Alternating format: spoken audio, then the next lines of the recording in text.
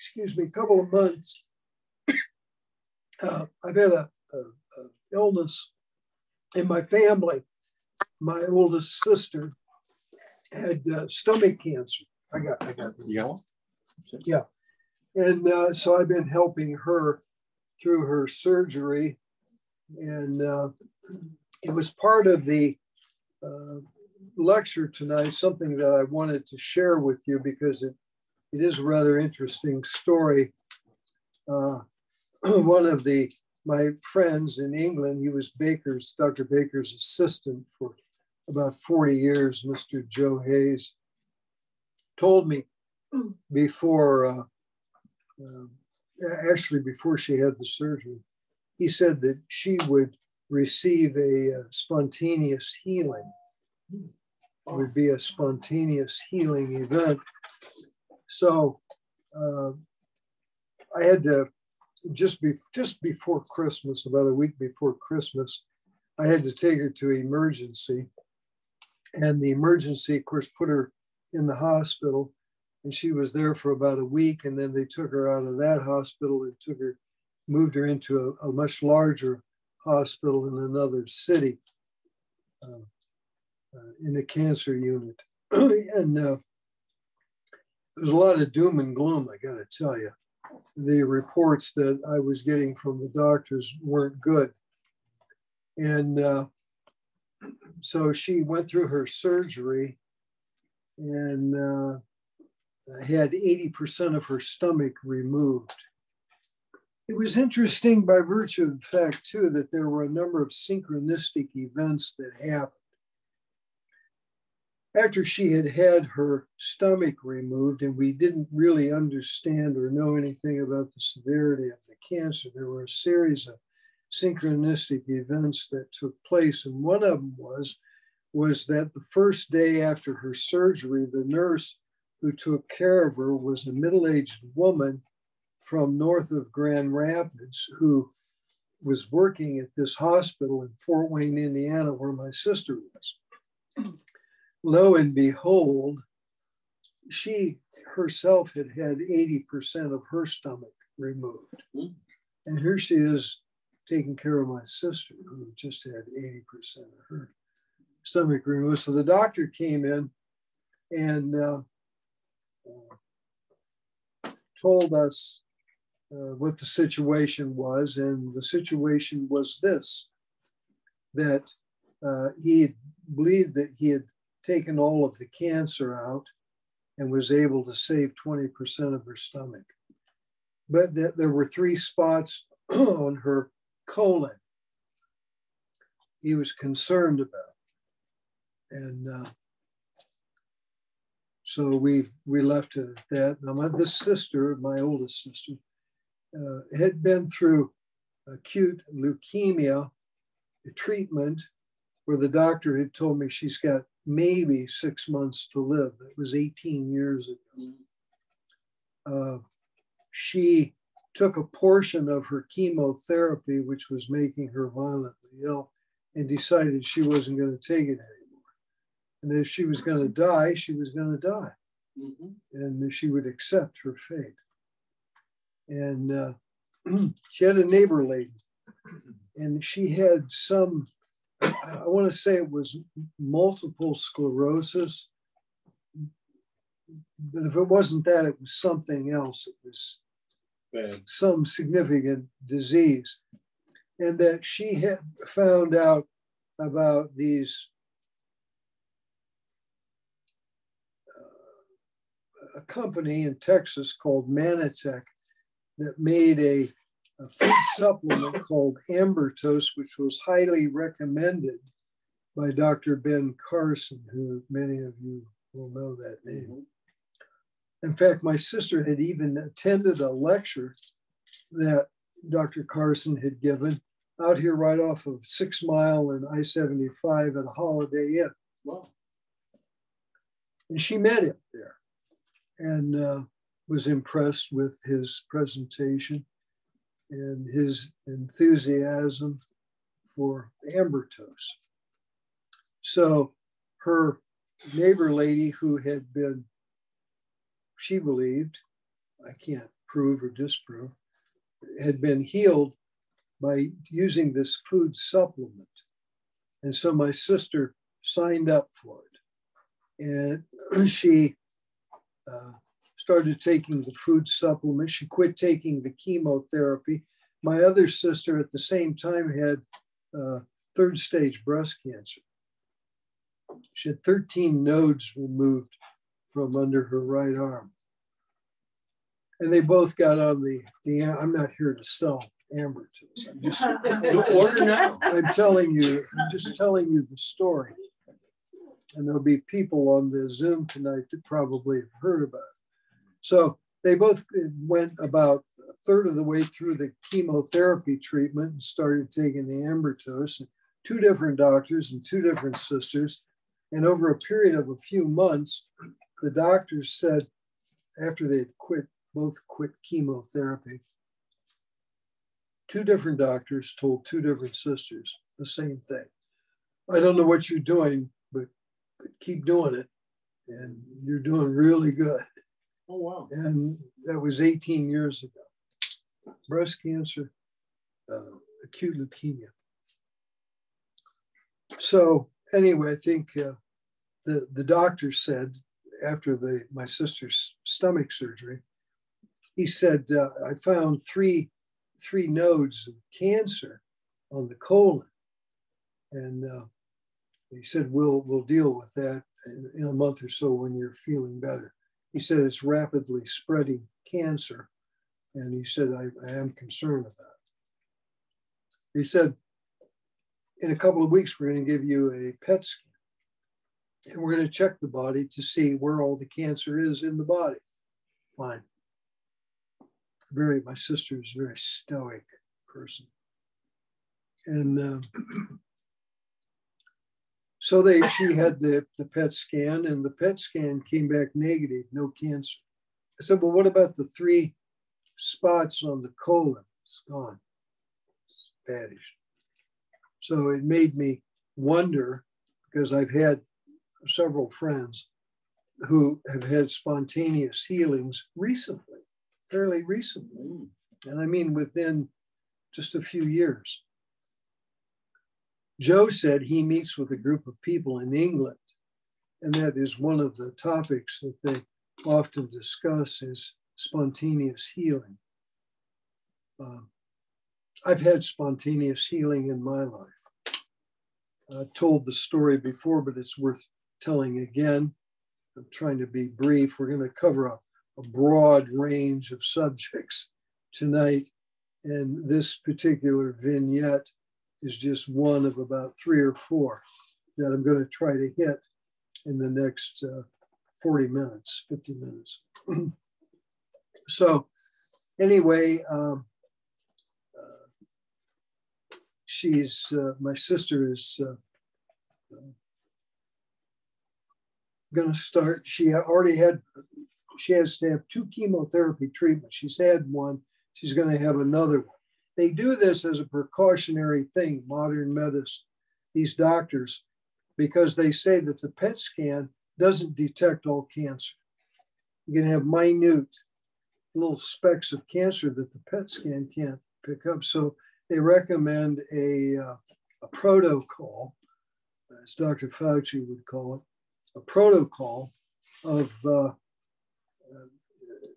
minimal chemotherapy and then a series of radiation treatments. So I don't like either with the chemo or the radiation idea, but and my sister really doesn't either. She's not esoteric. She's not even metaphysical. But like I said, she is very stoic. And she said to me, she said, if she doesn't like the treatment, the way it's making her feel, she's not going to do it. She's not going to put herself through it. She'll go back to taking ambergris and see what happens from there. It's interesting, you see these advertisements on television now for these vegetable and fruit supplements. And but that's what the ambergris is and was 20 years ago 18 years ago when both sisters were doing it then. I'm telling you the story because the fact that my friend told me that she would have a spontaneous healing. The doctors at the hospital, I talked to several of them. In the beginning, they said she's got 6 months to live. So we'll see. They're not saying that anymore, interestingly, with this recent PET scan. But she is going to begin the radiation, I think, on April 11th. I don't know how many treatments she's going to have, probably not very many. But she's going to try to take on some of this regimen of treatment that the doctors claim has worked in the majority of patients. So we'll see. So my buddy in England is, I talked to him this morning about it. Like I said, he was Baker's assistant, Dr. Baker's assistant. Dr. Baker was a medical doctor. He was also the author of over 100 different titles of very esoteric, very spiritual books which fill this room. And he's constantly meeting with this group in London who are concerned with spontaneous healing and other phenomena. So I just wanted to lay that out for you and let you know. My experience with spontaneous healing was the night I met Douglas Baker. I had been hit by an automobile when I was a young kid on a bicycle. I had my older brother's bicycle, which was too big for me, and I couldn't really ride it. Barely could reach the pedals. And my neighbor, man lived next door, came around the corner in an old 1953 Chevrolet Bel Air. I actually came down the hill and more or less ran into him, but he hit me. So I went out in front of him. Had a hip injury that bothered me for years, lower back pain. And I was in this weekend retreat with Baker and about 400 people at a Howard Johnson's hotel in Columbus, Ohio. Wow. And he had with him a lady by the name of Rose Comito. And Rose Comito was the youngest of the Alice Bailey students in the Arcane School when it originated. And she was a healer. She was an anchor for a healing, what you would call an angel, a healing deva. And people, even when she was like 9 and 10 years old, people would come up and sit next to her who had been injured or hurt in some way, and they would be healed. It wasn't her, but it was this, she was the anchor for this healing Devic force that was doing the healing. So Baker said to the people in the audience, he said, it has been brought to my attention that there are a large number of people in the audience who are suffering from hip and lower back pain, and you're all going to be healed. And I thought, what's this guy talking about? It's a very bold statement to make.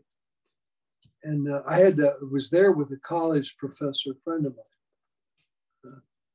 And Rose Comito, this healer, early member of the Arcane School. I'll tell you another story about her in a minute. But she got up in front of the group and told a story about healing and about how she was this anchor for this healing deva, healing angelic Devic force being.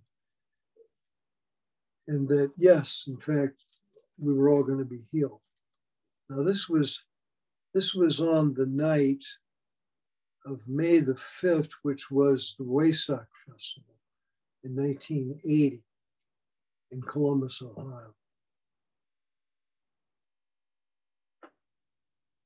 she said a few words and walked off the stage, and that was it.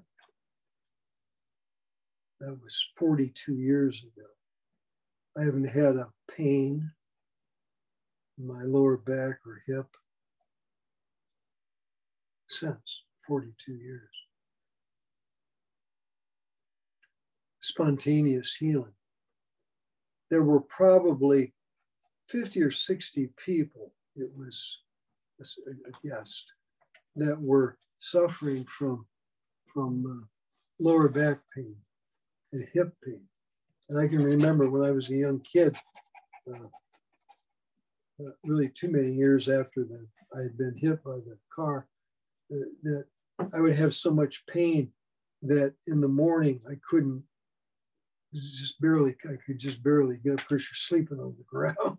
Anyway, you know, it wasn't the most luxurious accommodations. And after that, I haven't had any problems. So I know that spontaneous healing does exist. We all suspect it. Some of us have experienced, but most have not.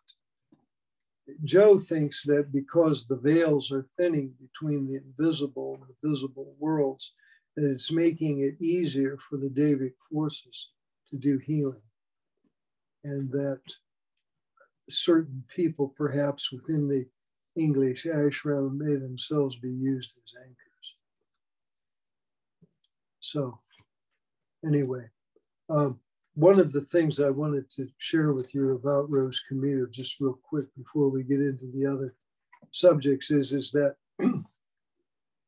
Rose Comito was there with the Alice Bailey Arcane School students the night that Alice Bailey gave out the great invocation.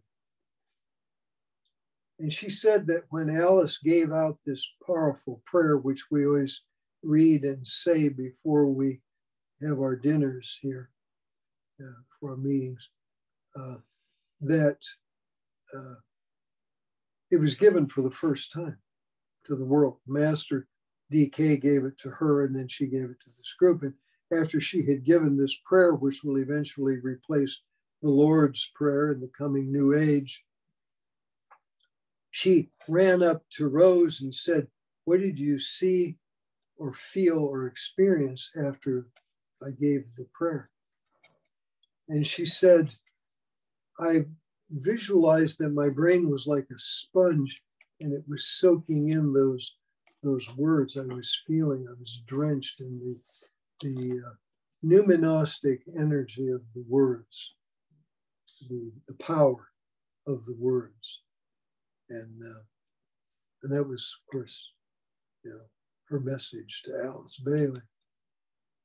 Very powerful, very significant indeed. So, by virtue of the fact that we're living in such unusual times, and tonight is the full moon in Pisces. Pisces is the end of cycles. It's the age that we're just coming out of, the last 2,000 years, and we're beginning to move into the age of Aquarius. The greatest and dearest hopes and wishes of mankind that were never realized in the Piscean age, such as the universal brotherhood of mankind, will be realized in the Aquarian age. It's a benign age. It's ruled by Jupiter, which is the most benign of all of the planets. And the great hope of the world is this coming new age. It's prophesied that in 3 years, in 2025, will be a new world renaissance. And that in May, Wesak Festival, again, the Wesak Festival, the spiritual hierarchy of our planet will be meeting, and that they will sound forth words of power and notes of energy that will begin a new chapter in the history of the world by virtue of the fact that the ray energies that are coming in will lead us into a new world renaissance. Alice Bailey wrote about it. C.W. Leadbeater wrote about it. Douglas Baker wrote about it. And I'm sure there's a few other theosophists, maybe Jeffrey Hodgson. I don't know about Steiner. Steiner might have also commented on it, but we're only 3 years away. So all this upheaval that we're seeing in the world is only in preparation of destroying the old institutions of the past and allowing these, whatever these new things are, city-state government is one of them, to come into manifestation. We'll see decentralized government. Yay. And the power will go back to the states. The power will go back to regional governments and state governments. And it's already happened. And that's the way, one of the ways that the swamp will be drained and the deep state will be destroyed, will be through decentralized government. It won't do it in its own completely, but it'll sure help a lot. What we're experiencing in the world is a reappearance of planetary evil. This planetary evil, certainly I see it, I know many esoteric people see it in the world, is a repeat of the planetary evil that existed during the Atlantean dispensation. I had a few notes that I wrote over a period of months. The little card? And There's a card on the floor, David. Right down there. yeah, that's something else. Okay. But this is Okay. the thing that I wanted to read to you. And I think I posted it on my Facebook page. We're in a similar situation now. And this is what planetary evil does when it surfaces. You would expect it at the end of an age. Mm. It's the age of Pisces is fighting to survive, and all of the disappointments and the evil and the war that made up so much of the Piscean age is upon us again. We thought it had ended with World War II, but it really didn't. In fact, I can remember very knowledgeable initiate beings that I had met in my life said that by virtue of the fact that so many of the Nazis escaped was proof that evil was still alive in the world on a large scale, that it wasn't demolished. And I can remember thinking to myself, how will it reappear? And now we know. So we know how it's reappearing. But one of the things I posted on my Facebook page was from some information from, it could have been the Alice Bailey group. I'm not sure, but it reads like this. The three main tests which the leaders in Atlantis failed at were greed, lust for power, and suppressing free thought. Circumstances became so grave that according to the master Moria, capital punishment existed if you spoke the truth. Now that's what absolutely happened today in Russia.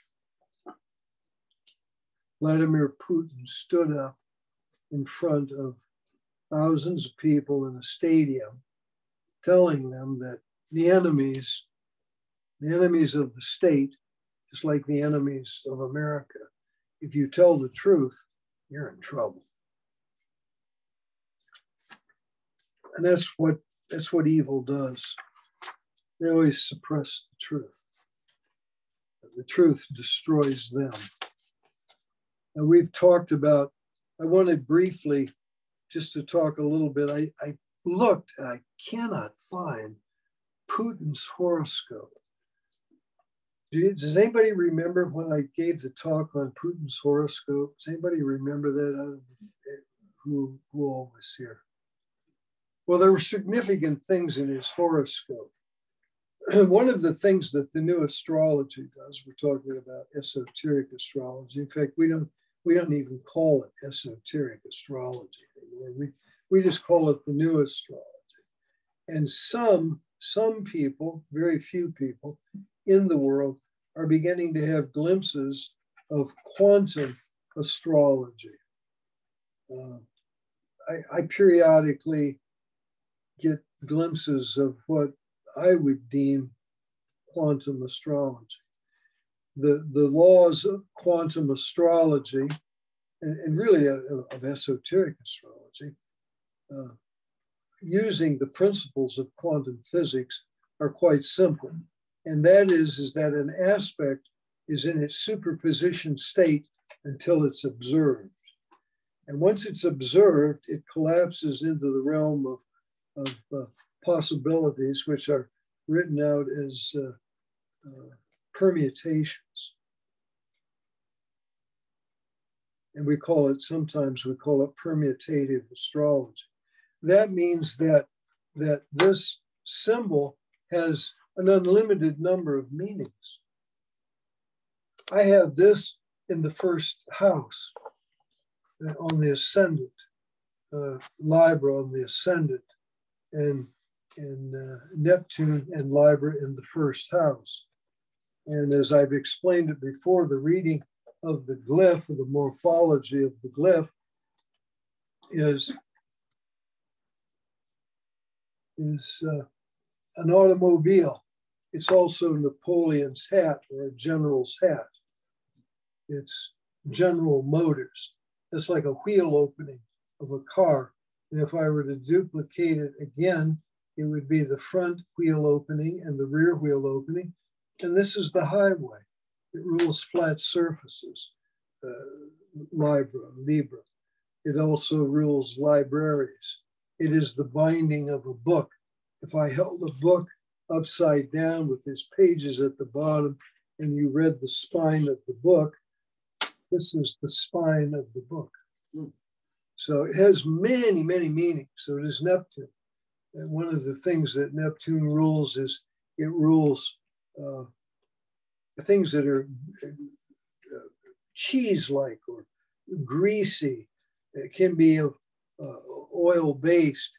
And we used to design the automobiles at General Motors out of plasticine clay. Designs automobiles for General Motors. So it has multiple meanings. And none of the other astrologies would give you that. They just don't. Anyway, this is Joe's horoscope since I couldn't find Biden's. I better tell you a little bit about, I couldn't find Putin's. I wanted to tell you a couple of things about Putin's horoscope. And this is one of the most concerning right now. This horoscope shows that he, at night when he goes to sleep, ever since he was a child, he is under astral attack. He has night terrors, even as an adult man. He's suffering from nightmares when he sleeps. His paranoia is manifesting itself in the world right now. He's isolated himself. They showed a picture a week ago of him in a meeting, and there were two generals at the end of the table, longer than ours, at our dining table. Now, can you imagine how absurd it would be for me to sit at my position and two people at the opposite end of the table and try to carry on a conversation? Well, that's what Putin is doing. He is completely isolated. And I believe it's a product of his paranoia, his lifelong experience of night terrors or nightmares. I can remember a little playmate friend of mine when I was a little boy. He had night terrors, as they're medically called. Well, Putin's got them all of his life. So he's a very unusual, very dangerous man. And he uses this machismo and the KGB, his involvement with the KGB was all to set off his paranoia and these night terrors that he'd had since he was a little boy. Now he's the leader of Russia. Another thing that came out in his horoscope, and you can't get this in any other kind of astrology. In fact, what you really have to have is you have to have Baker's Dictionary of Astrology. And one of the things that it led to me, let me say this first, that the astrology, esoteric astrology, as it was explained to me by Douglas Baker, is the highest manas. It means the highest mental plane stuff there is. It's the highest mental plane stuff available to mankind at this time, is the astrology and seeing these symbols as sentences. Tell that to an Alice Bailey student. Tell it to a mundane astrologer. Those are sentences, and they're telling you something. Each one of those is a statement.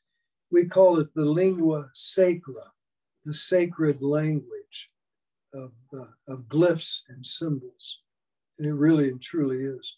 There is not a day of my life since the night I met Douglas Baker 42 years ago that I haven't been completely blown away by the sacred language. So we're going to talk tonight about some of the sentences that are in Joe Biden's horoscope. We're going to talk about, first I'm going to tell you about Putin's. I apologize for not having his chart here. It disappeared. I have to blame my cleaning ladies, because a lot of times when they come here, they do put stuff away. And I can't find it, neither can they, but eventually it'll show up. And at a later date, I'll get Putin's horoscope for you. And so we'll talk about it. But he had, one of the aspects in Putin's horoscope was he operates as a thug. Now I gave this lecture probably 8 months ago here, where I was talking about Putin, and I had Hillary, and I don't know who all I had, a bunch of other horoscopes. Anyway, he operates as a thug. They're calling him openly on TV a thug. They're using the exact same terminology that is in Putin's horoscope. A thug. He's a thug.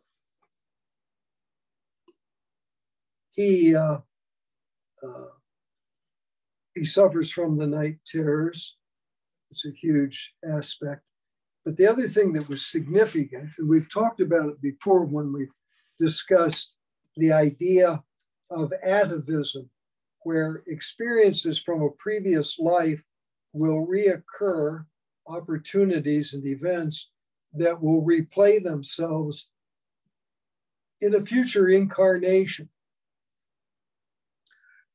A good example, many of you will remember, if you're old enough, the Hare Krishna movement. And when you used to go to the airports, they were full of the Hare Krishna people handing out the books, the Bhagavad Gita. And what those people, the majority of them were experiencing was they had had lives in India, and they were influenced in a very powerful way, maybe a series of lives.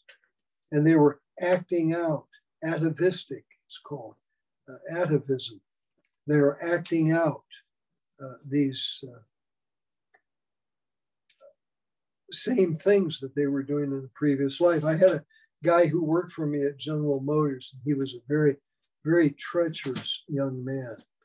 And I said to one of my guys who worked for me, I said, I've been thinking about this particular guy, and I think he's a reincarnated Nazi. And they've laughed.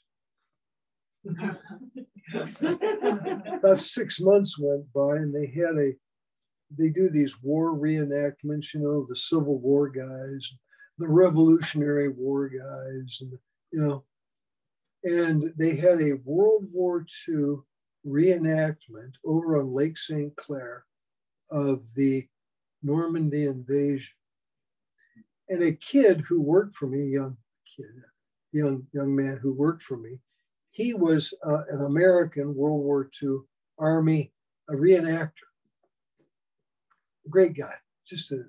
I love this guy.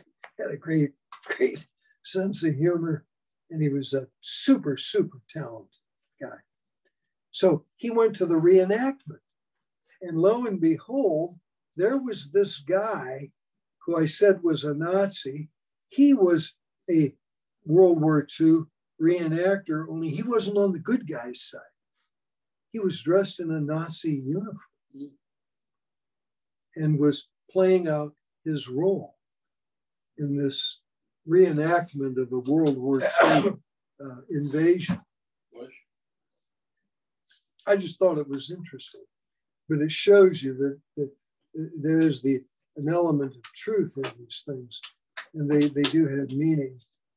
But I'm trying to think of some of the other things that were in Putin's horoscope. I wrote out a whole list of these things.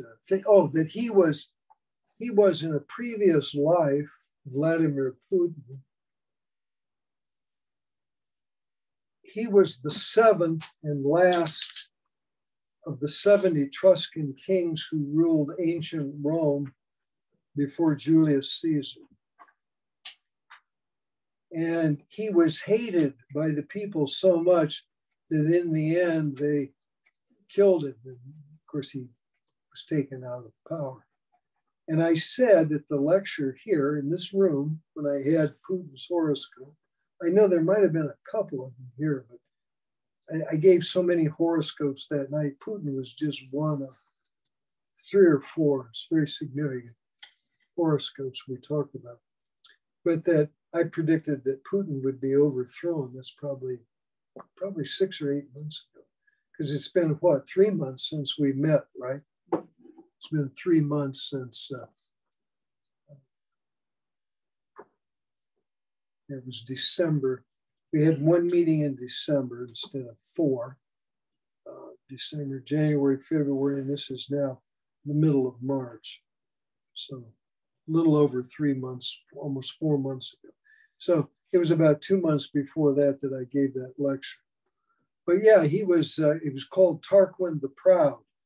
And what the thing that was significant in the parallel lives of Tarquin the Proud and of Vladimir Putin was that Tarquin the Proud was trying to build the glory of Rome, establish the glory of Rome. And Putin is trying to reestablish the glory of Russia in this life.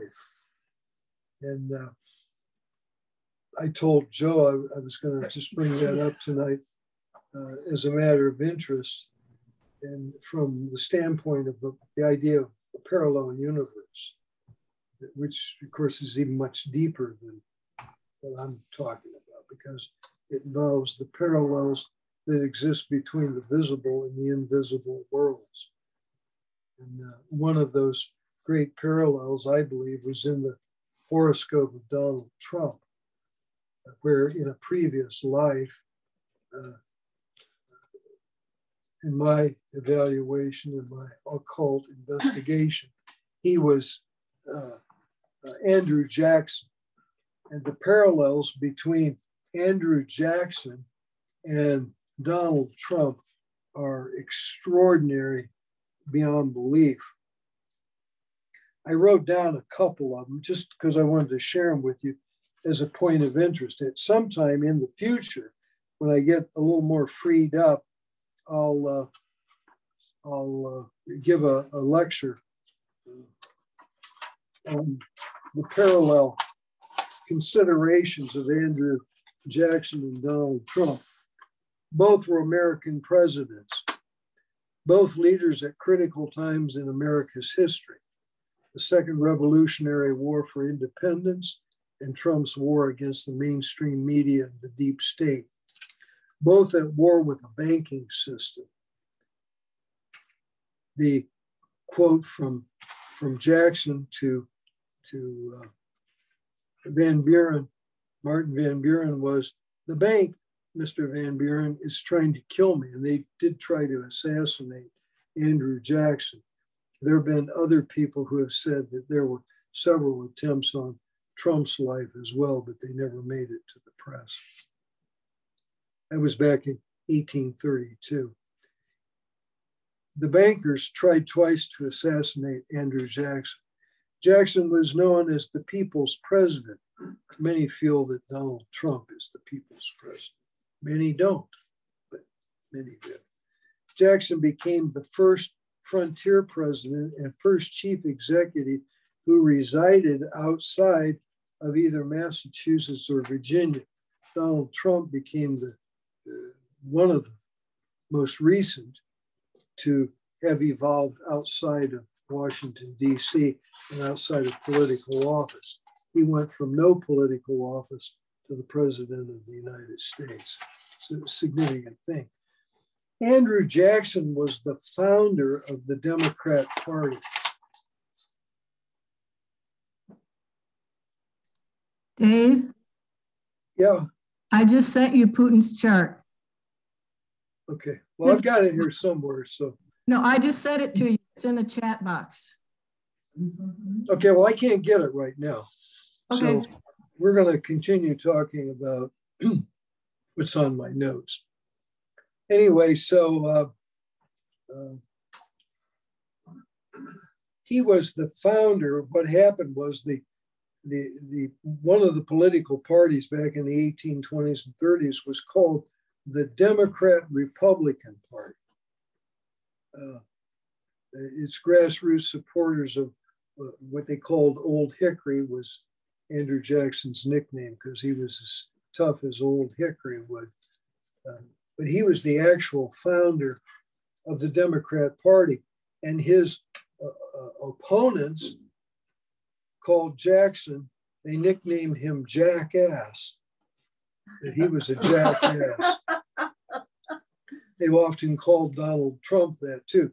But what's interesting is a moniker that the candidate took a liking to. Andrew Jackson liked that. He liked being called a jackass. And that's how the donkey became the symbol of the Democrat Party. Was through Andrew Jackson being called a jackass. And the jackass is the symbol of the Democrat Party. And the elephant, of course, is the symbol of the Republican Party. Is a moniker that the candidate took to liking so much so that he decided to use the symbol of a donkey to represent himself. That symbol would later become the emblem of the new Democrat Party. Jackson was the first frontier president. His wife, Rachel, was accused. His wife Rachel, was a beautiful woman. And she was constantly under attack in the press, just like Trump's wife is under attack. She was accused of adultery, even though she was a shy and very pious woman. They attacked her unmercifully.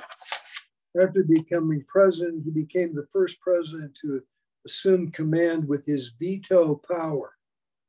While prior presidents rejected only bills they believed unconstitutional, Jackson set a new precedent by wielding the veto pen as a matter of policy, not unlike Donald Trump, I must say. Still upset at the results of the 1824 election, which he was cheated out of. Andrew Jackson was cheated out, and they know it, and it's a historic fact. Still upset with the results of the 1824 election, he believed in giving the power to elect the president to the American people by abolishing the Electoral College. Whoa. Garnering him the nickname the People's President. Campaigning against corruption, Jackson became the first president to widely replace incumbent office holders with his supporters, which became known as the spoils system. It's what they all do. You'd see it at General Motors. It was a microcosm of the bureaucratic government in Washington, D.C. As above, so below. His supporters, which became known as the spoils system. Donald Trump does the opposite by promoting term limits. He believes in term limits, and I think you're going to see term limits. That's another thing that will destroy the swamp. It'll be term limits and decentralized government. There was a problem he had with the Bank of America, which became the Federal Reserve. Trump wants to destroy the Federal Reserve, and Andrew Jackson wanted to destroy the second bank, it was called, of the United States of America, which for all intents and purposes was the Federal Reserve of the 1820s. So there's just a couple of things there that, you know, are really, during the election that Jackson lost, there was a pandemic in the 1820s. I've got it here somewhere in these notes. And again, there's the pandemic of what we've been going through with COVID. It's an interesting parallel of the two lives of one soul manifesting, and how these similar events have happened in the life of Andrew Jackson and in Donald Trump, who I believe is the reincarnation of Andrew Jackson.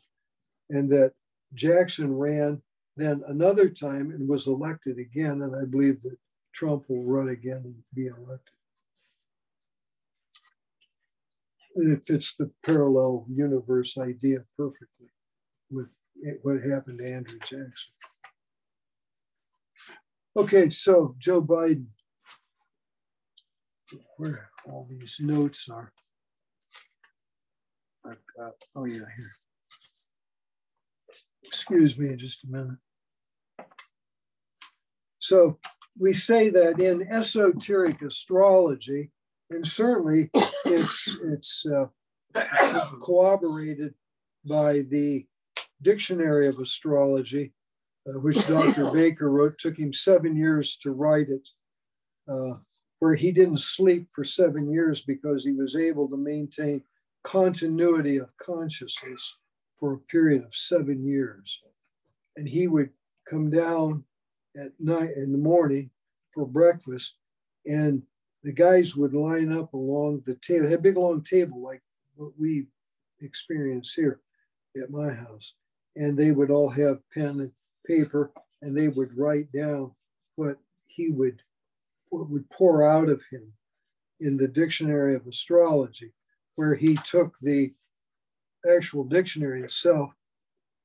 He took the 500,000 words of the English dictionary, 500,000 words, and prescribed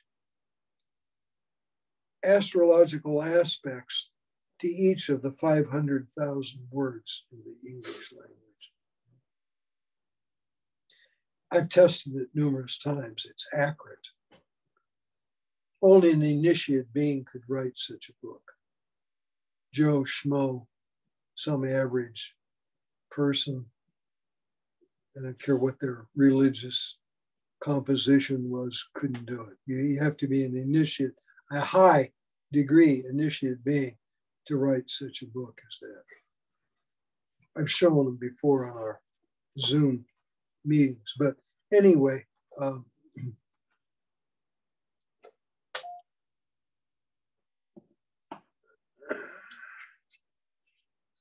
he has 5 planets in Scorpio, which are interesting, and I kind of want to focus on those just for the time element, because we're almost out of time. I can't believe it's 20 after. And we only got, what, 10 minutes? Yes, 10 minutes only. Okay, so I'm going to do this real quick. I'm going to just point these out to you. 5 planets in Scorpio in the 12th house, which is also the 12th house. It's called the house of self-undoing. It's many things, but that's one of the things that it is, and it's very appropriate for Joe Biden with this Scorpio, which is things that come out of the dark, are hidden and come out. And of course, this is the house of secrets, is the 12th house. Mars and Scorpio, bloody karma in the 11th house of groups. I'm focusing on the Afghan people, but now it's the Ukrainian people as well. Mercury in Scorpio being held captive. He's being held captive in some way. I'll explain that in a minute. Vulcan and Scorpio, guilty words, a bomb. We'll have to think about that for just a minute. Sun in Scorpio, secrecy, failure, steeped in secrets, Arab fundamentalism, the Caine Mutiny, massacre of the innocent, which at the time I gave, I guess we did talk a little bit about Biden's horoscope. During the time I gave the Putin, I was mostly focused on Putin at the time and Hillary. But the massacre of the innocent, which also Hillary has, which I equated as being Benghazi. Benghazi was the massacre of the innocent. And for Biden, it was the evacuation, the horrible failed evacuation of Afghanistan. And now it seems to be manifesting itself again as the events that are taking place in the Ukraine, massacre of the innocent. Also in Putin's horoscope.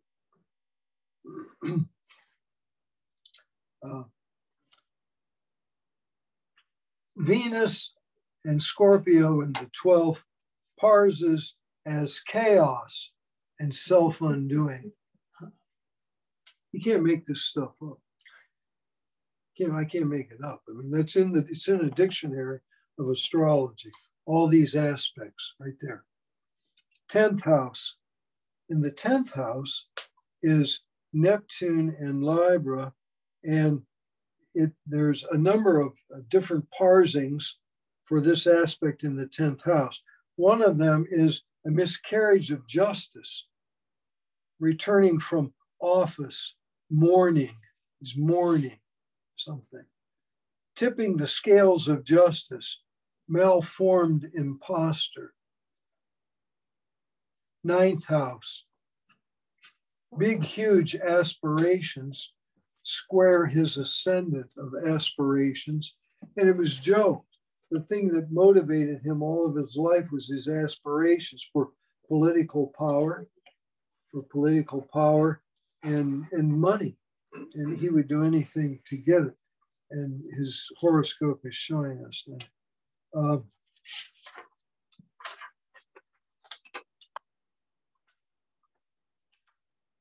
I wrote this. These were some notes I wrote to myself about his horoscope and some similarities that existed in the charts of Hillary Clinton, Anthony Fauci, and Joe Biden. It involves the massacre of the innocent.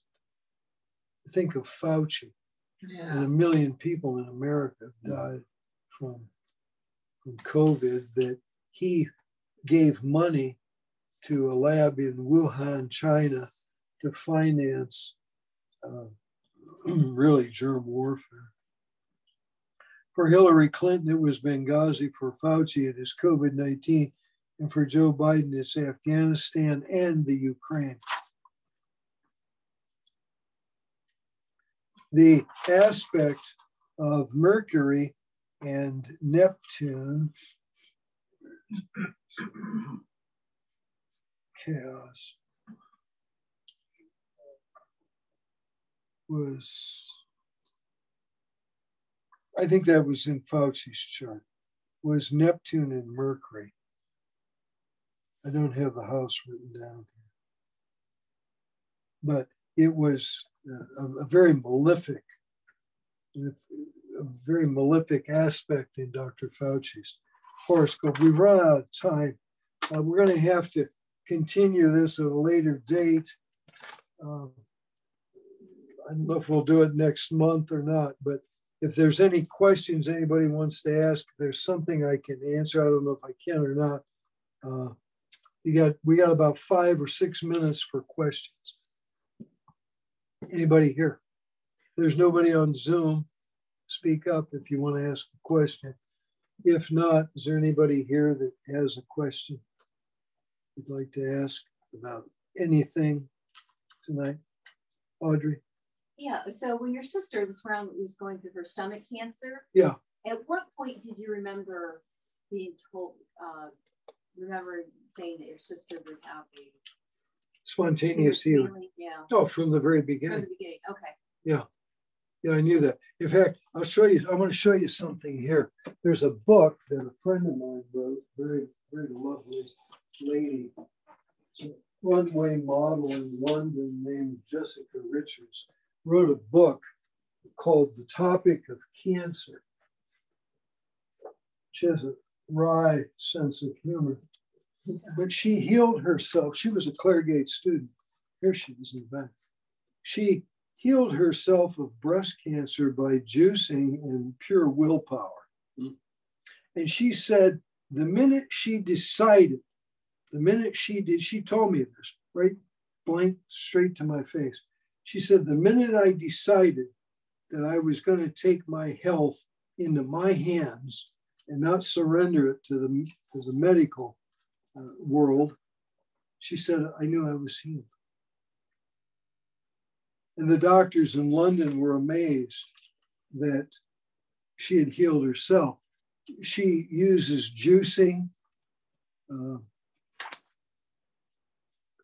and high dose vitamin C from a company called Live On Labs, which some of you may be familiar with. But it's the most powerful vitamin C you can get. She has a very regimented diet, juicing, a lot of beet juice, things like that.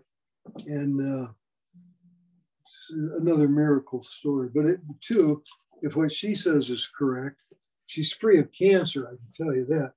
But it was a spontaneous healing, according to her. And I think she's telling the truth. But anyway, if you can get this book, extraordinary book, The Topic of Cancer. Anyway, yeah. So anybody else a question? Anybody on Zoom have a question? Yeah, Don. Well, Dave, I heard 4 or 5 weeks ago that initially Putin said that he was going into Ukraine to get rid of Nazism. Yeah. And at the time of World War II, there was also a time that Russia and America joined together to get rid of the Hitler regime. Right. So with Operation Paperclip and whatnot, I guess it didn't get cleared up then. So do you think this is sort of a readdressing this situation? Yeah, I do. Yeah, I do. Yeah, here's what I know. I don't have all the answers, but sometimes you don't need all the answers. You remember when we were little kids and they used to have those drawings that were a series of dots, and you would connect the dots with a line and it would give you an image, see? And so sometimes that's what I do, is I'm able to get bits and pieces of a story. I told my famous story about how I had seen the World Trade Towers 10 days before they collapsed. I saw them collapse. And I had been told that 2 weeks earlier that there were a group of people in the audience of an esoteric summer school who had begun to have experiences in conscious mediumship. What was interesting was a friend of mine who was the treasurer at that time of the Theosophical Society in England had also had an experience that I didn't know about until a year later after 9/11. And in his experience, he was on the plane as the plane was heading into the World Trade Towers. my experience was I was sitting in my chair in my room, meditation room, and I saw them. I actually had etheric vision, and I saw the World Trade Towers, scale models about this tall, right here, like that. Two of them side by side, imploding on one another. And then that was on September 1st, which was Labor Day. in 2001, it was the Labor Day weekend. And I went to work the morning of the September 11th. I'd had a dream where I had astrally projected. I was out of my body, in my astral body, about 1.5 miles above the southern tip of Manhattan. And I saw the two clouds of plumes of dust, which at first I thought was a tornado, but realized after I zoomed in with my astral vision that they were the World Trade Towers and not twin tornado clouds. So the veils are thinning, and we can expect more and more things like that. So it gives you an opportunity through the experience that I had and the experience that my friend David Harvey, I'll go ahead and say his name, from London, England had. And it was like having an entire film of the event, but he got a portion of it and I got a portion of it. And when you put the two together, you get the whole story. Okay, well, I guess that's it for this evening. We've run out of time. And I want to thank all the Zoom people that were on tonight, and we'll do it again next month. We're going to try to have one meeting a month until we can get back to a regular schedule, which is dependent upon my helping my sister through her illness. So we did for a year. We had meetings every week, every Wednesday for a year during COVID. No masks, no COVID, just meetings. So some might think we were protected here. Anyway, thanks. That was great. Thank you, David.